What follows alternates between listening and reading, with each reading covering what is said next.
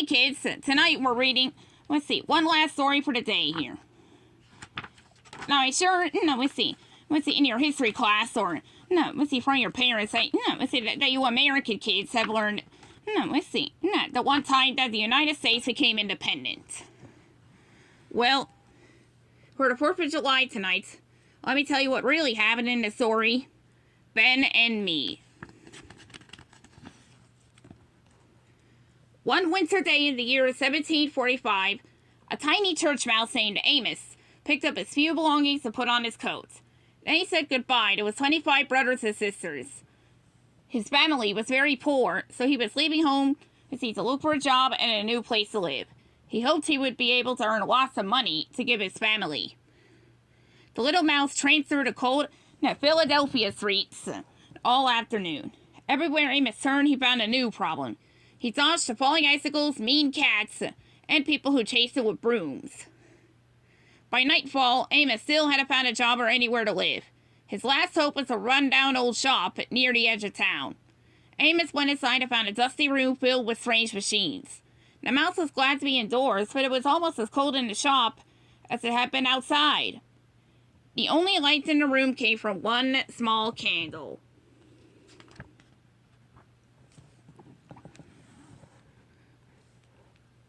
At a desk, the owner was trying to write an article for his newspaper.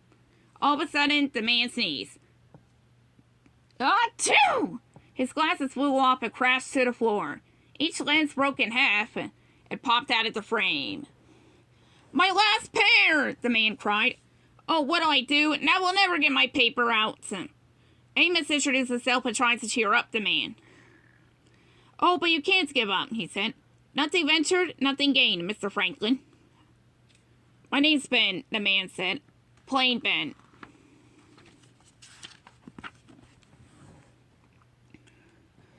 Amos told Ben that he would help finish the newspaper. Ben was delighted, especially when Amos said he would fix the broken glasses. Ben had cracked both his outdoor and reading glasses, so all Amos could do was make one pair out of the two. The little mouse had invented a new type of glasses, so Ben could see both far and near. Next, Amos suggested that they build a stove in the middle of the room so they could heat up the shop.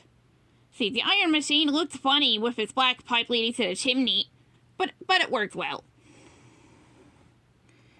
At last, Amos turned his attention to Ben's newspaper. Poor Richard's Almanac, Amos said, reading the title. Poor indeed. Well, what would you suggest? Ben asked. Amos thought of a snappy new name for the paper. The Pennsylvania Gazette. Then he hurried out to find some stories. Once the mouse returned, Ben and Amos wrote the articles. They printed hundreds of copies of the paper. By the next day, everyone in Philadelphia was reading the Pennsylvania Gazette. Ben became famous overnight. Years passed, and Amos and Ben continued to work together. Amos took care of the newspaper, which gave Ben time to try lots of different experiments. One day, Ben zapped Amos's tail with a jolt of electricity. Amos was so mad that he said he was going to leave. Amos, can't you take a little joke? Ben asked. He promised never to trick his friend again, so Amos stayed. Soon after, Ben made a kite. Then he offered Amos a ride on it. He didn't mention that he had put a wire on the kite or that he tied a metal key to its string in hopes of attracting lightning. Amos enjoyed the ride until it began to storm. Ooh. Suddenly, a blast of lightning struck the kite. Zap! The kite and Amos fell to the ground. Ben ran toward the kite, which was tattered and burned from the lightning bolt. Amos, speak to me! Ben cried. Amos opened his eyes and saw that Ben looked upset. Amos was mad, but he thought he could forgive Ben. After all, he believed it had just been an accident. Was it electricity? Ben asked. Was it electricity? Amos repeated, furious. He realized that Ben didn't care about him. He had only wanted to know if the lightning shock felt the same as an electricity jolt. That was the last straw for Amos. In spite of Ben's pleading, he left. Amos had been missing his family, and he went back to help take care of them.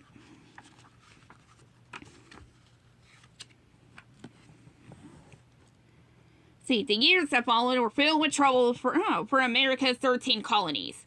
King George III, the ruler of England and the colonies, made the American people pay more and more taxes. But at the same time, he would not let anyone from the colonies be part of the government. A lot of people in America were upset. They thought this was unfair. They wanted the king to listen to them too.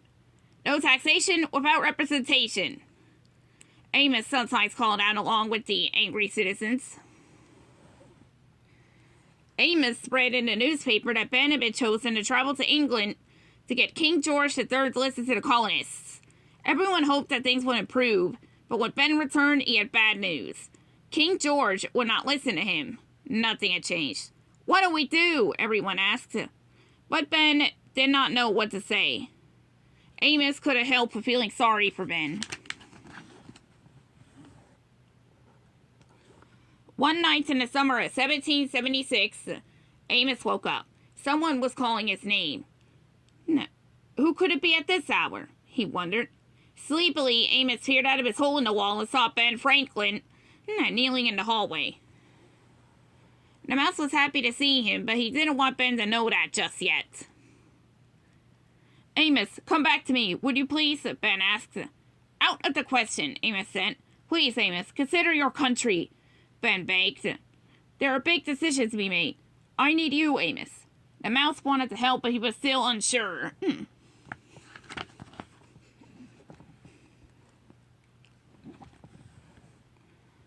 Finally, Amos said he would help if Ben agreed to sign a contract. Ben said he would, and so Amos spent the night writing. The next day, soon after Amos arrived at Ben's house, there was a knock at the door. It was Thomas Jefferson, a friend of Ben's and a fellow leader of the colonies. Jefferson was terribly upset. He had been writing about why the American colonies should have independence from England, but he was having trouble with the beginning. "It's no use. I'm stuck," Jefferson said. "Psst, Ben," Amos said. "How about our contract?" The mouse thought it might help Mr. Jefferson.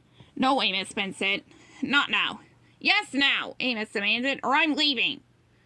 Ben pulled out a magnifying glass and began to read the contract aloud.